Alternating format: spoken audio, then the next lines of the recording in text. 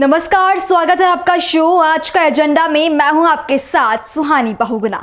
Iran और Israel के बीच बढ़ते युद्ध जैसे हालात के बीच भारत ने एक बार फिर साबित कर दिया है कि वो अपने हर नागरिक की सुरक्षा के लिए हर संभव कदम उठाता है।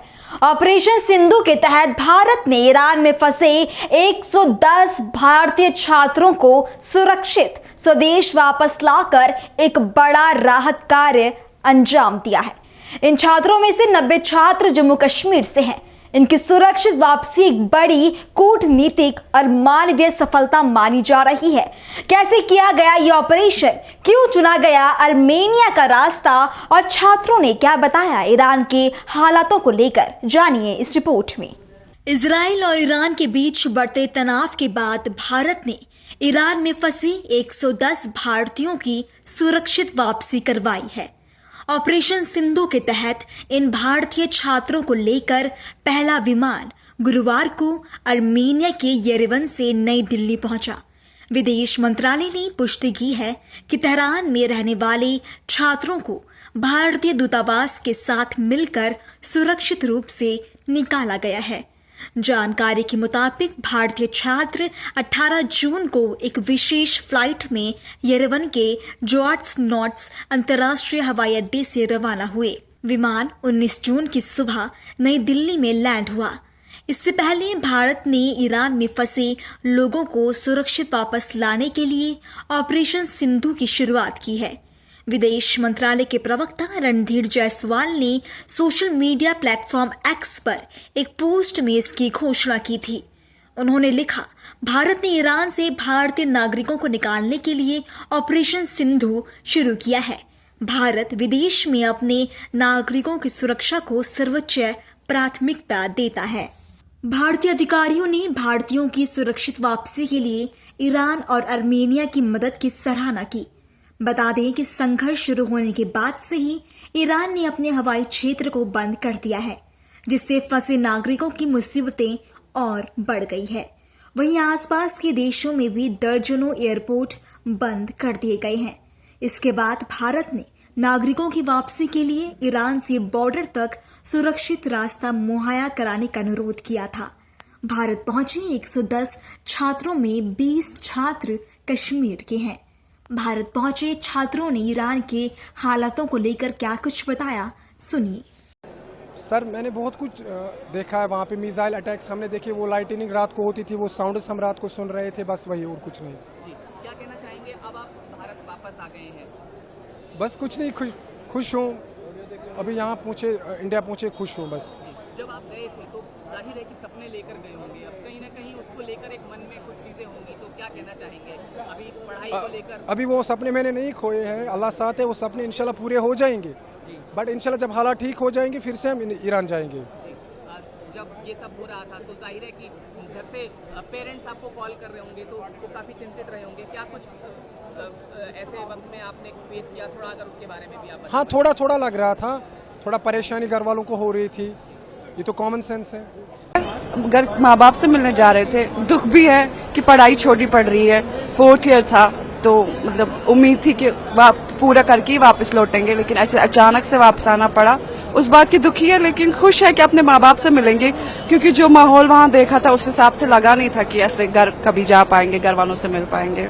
I will really appreciate the Iranian people because they are like very strong. मतलब उस हिसाब से कि मतलब वो वैसे नहीं है कि कुछ हो जाए and they will shut down everything.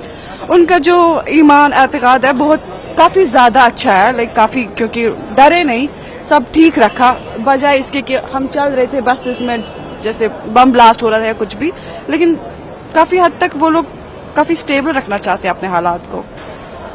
उनकी हॉस्पिटैलिटी बहुत अच्छी है, लाइक वो आए ही एस्कोम से है, तो obviously they were trying to make it easy for every person there regarding कि वो ईरानियन है या नॉन ईरानियन है। सो हाँ, आई होप कि वॉर एंड हो जाए और हम वापस चले जाए, क्योंकि हमारी अपनी पढ़ाई कंप्लीट हो जाएगी और वहाँ के लोग भी सफर ना करें। very thankful to the Indian government whatever they did. Like it was so smooth for us. मतलब कोई परेशानी नहीं अभी तक. जस्ट कि अभी हमें थोड़ी सी परेशानी सफर करनी पड़ रही है क्योंकि इनने हमारे लिए जो कश्मीर के बच्चे हैं खासकर उनके लिए बसेस अरेंज की है. और अभी जो कि हम 3 दिन से हर एक कंट्री से दूसरी कंट्री से तीसरी कंट्री हम नहीं है इस तैयार कि हम बसेस में जाए. और बसेस की हालत इतनी अच्छी अभी है अभी नहीं. अभी हम बस अपने चीफ मिनिस्टर साहब से यही रिक्वेस्ट करेंगे कि हमारे लिए थोड़ा सा अभी थोड़ी सी सहूलियत करें ताकि हम भी अपने पेरेंट्स से जल्द मिल सके. हमारे माँ बाप भी परेशान है हमारे साथ साथ. बस यही है. शेख अफजा. मैम आज आप वापस आ रहे हो वहाँ से, कितनी खुशी हो रही है? क्या खुशी है वापस आने की क्योंकि हम सेफली वापस आ गए, लेकिन कहीं ना कहीं हमारी जो पढ़ाई छूट रही है we are worried about that also. जी मैम वहाँ की सिचुएशन को देखकर क्या हालात है वहाँ के? वहाँ के हालात बहुत खराब है. वहाँ के लोग बहुत डरे हुए हैं. इवन जब हम आ रहे थे तो हमें वहाँ से बहुत कॉल्स आ रही थी कि यहाँ सिचुएशन एक्सट्रीमली क्रिटिकल है वहाँ पे. जी मैम किस तरह से गवर्नमेंट ने आपको बहुत ज्यादा अच्छे तरीके से, हमने शायद इतना एक्सपेक्ट भी नहीं किया था. हमारी डॉर्मेट्री डोर से लिटरली उन्होंने हमें लाया है. हर एक स्टेप पे हर एक पॉइंट पे हमारी हेल्प की. यहाँ तक पहुँचाने में हमें आई डोंट थिंक किसी को भी कोई प्रॉब्लम हुई होगी. हम उसके लिए बहुत ग्रेटफुल है जो गवर्नमेंट ने रोल प्ले किया हमें यहाँ तक लाने में, सेंट्रल गवर्नमेंट ने. जी ये तो किस गाँव है. मैं JNK से हूँ. तो मैं ईरान में MBBS कर रहा हूँ, final year student Urmia university of medical science में. आपने वहाँ पर जो फेस किया, अगर उसके बारे में थोड़ा हमसे शेयर कर पाएं. कुछ स्टूडेंट्स ने मैं बताया कि ड्रोन देखे उन्होंने. हाँ, ड्रोन देखे, मिसाइल देखे. डर तो था ही क्योंकि मिसाइल जब देखते थे आवाज़ें होती थी. ये ड्रोन्स देखे तो डर लगता था. आप क्या कहना चाहेंगे? भारत आ गए, बहुत खुशी है. हम गवर्नमेंट ऑफ इंडिया के बहुत शुक्रगुजार है.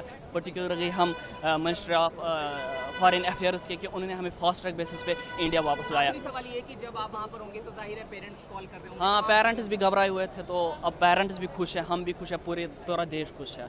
थैंक. मेरा नाम वर्दा है, मैं कश्मीर से हूँ और हम लोग पहला बैच है जो इवैक्यूएट हुआ है ईरान से, उर्मिया से. आपने क्या फेस वहाँ पर किया? हमने ऐसा तो वो बहुत टेरिफाइंग सिचुएशन थी वहाँ पर. पहले तो हमें नहीं लग रहा था उतना कुछ टेरिफाइंग होगा, तो हम लोग नॉर्मल थे. लेकिन फिर सडनली जब नेबरहुड्स में अटैक होने लगे, हम खिड़कियों से मिसाइल्स देखने लगे, तो हमारे लिए बहुत ज़्यादा मुश्किल था. और वी डिडंट नो कि कब हमारे फाइनेंसेस ख़त्म हो जाएंगे, कब बैंक बंद हो जाएंगे, सब कुछ बंद हो जाएगा. तो हमें बिल्कुल नहीं पता थी इस बारे में. तो फिर suddenly we are so thankful to Indian embassy. तो फिर सडनली इंडियन एम्बेसी एक्शन में आई और उन्होंने हमें वहाँ से बाहर निकाला. And we feel proud to be an Indian today and nothing else. Thank you so much. और क्या कहना चाहेंगे? बहुत जल्दी काम किया. ऐसे तो अभी हमें तो पता भी नहीं थी. बस 15 मिनट में हमें बोला कि आपको बॉर्डर थ्रू अर्मीनिया जाना है और फिर अर्मीनिया से हमें शिफ्ट किया गया इधर. अर्मीनिया से हमें शिफ्ट किया गया फिर इंडिया डायरेक्ट. पहले तो हम लोग कनेक्टिंग फ्लाइट्स थी तो बहुत ट्रैवल किया है, इसलिए थक गया. But it was very good. We are proud to be an Indian and thank you so much Indian government and Indian embassy. A time of war and we were very uncertain what would unfold, and we were hoping that there will be a swift action, and it did. The Ministry of External Affairs and the embassy in Iran, Indian embassy in Iran, they helped us a lot. And when they came to our doorsteps and they told us we are bringing you home, and it was like मैं अपनी माँ को देख रहा था. I felt so happy, and because airspace was closed, they firstly relocated us to Armenia through ground borders, and within one day they airlifted us back to India, to our home, to our soil, and we're very happy. And we like to thank the government of India, the Ministry of External Affairs, the embassy, the respect sir, for helping us. And I hope, because there are many Indian students and many Indian people that are still stuck in Iran, and they are relocating them to safer places, and then they will be inshallah they will be evacuating them to India back. I hope that they will be evacuated soon, and thank you so much. Mir Salif. Sir, what was the situation there? Can you explain the things? I can't explain all those things because we have traveled a lot, but it was very tense. The war was going on and we could see missiles, and our neighborhood was bombed by the missiles, and it was very tense, very afraid of the situation. I hope we will never see those days again, nor our country, nor any other people. It was very difficult for us. That's all I can say. Iran का border 7 देशों से लगता है। ये देश Pakistan, Afghanistan, Turkmenistan, Azerbaijan, Armenia, Türkiye और Iraq है। इसके अलावा समुद्री सीमा ओमान के साथ है। अर्मेनिया को ही चुनने की कुछ प्रमुख वजह हैं, जैसे अर्मेनिया का बॉर्डर ईरान के प्रमुख शहरों से कम दूरी पर है। अर्मेनिया के साथ भारत के संबंध काफी अच्छे हैं। दोनों देशों के बीच रक्षा समझौते भी हुए हैं। अर्मेनिया राजनीतिक रूप से स्थिर है और भारत से उसके दोस्ताना संबंध है। वहां से फ्लाइट ऑपरेशन तेजी से संभव है क्योंकि येरेवन एयरपोर्ट पूरी तरह चालू है। ईरान और अर्मेनिया के बीच फिलहाल कोई सीमा विवाद या सैन्य तनाव नहीं है। दूसरी तरफ ईरान का पूर्वी पड़ोसी पाकिस्तान है। पाकिस्तान के साथ भारत के रिश्ते ऑपरेशन सिंदूर के बाद और उसके पहले से ही तनावपूर्ण है। ऐसे में भारत के पास पाकिस्तान के रास्ते छात्रों को लाने का विकल्प नहीं था। इराक पहले से ही ईरान के साथ चल रहे तनाव में शामिल है।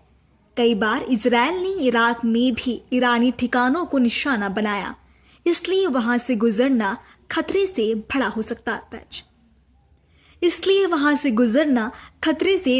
सकता था। हाल ही में ऑपरेशन सिंदूर के दौरान अजरबैजान खुलकर पाकिस्तान के समर्थन में आया था।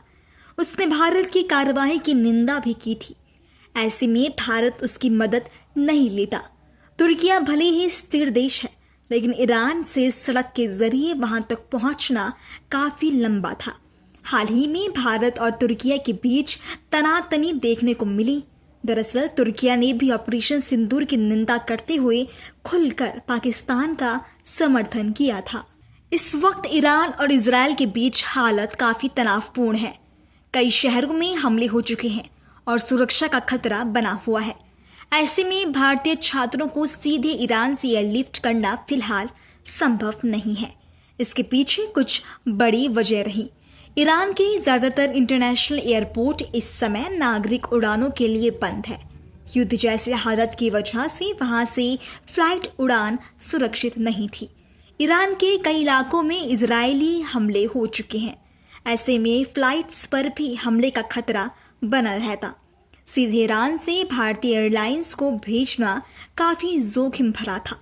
इसके लिए ईरान की इजाजत के साथ साथ मजबूत सुरक्षा इंतजाम भी चाहिए, जो युद्ध की स्थिति में संभव नहीं है। नारदोस बॉर्डर सुरक्षित माना जा रहा है। अर्मेनिया में हालात स्थिर हैं और वहां से फ्लाइट्स पे आसानी से उड़ान भर सकती थी। तो ये था ऑपरेशन सिंधु का वो साहसिक और सटीक संचालन, जिसमें न सिर्फ रणनीति का समझ दिखाई दी, बल्कि भारत सरकार की संवेदनशीलता भी झलकी। जब युद्ध के साए में ईरान जैसे संकटग्रस्त देश में भारतीय छात्र फंसे थे, तब भारत ने न सिर्फ उन्हें खोजा, बल्कि सुरक्षित घर भी पहुंचाया।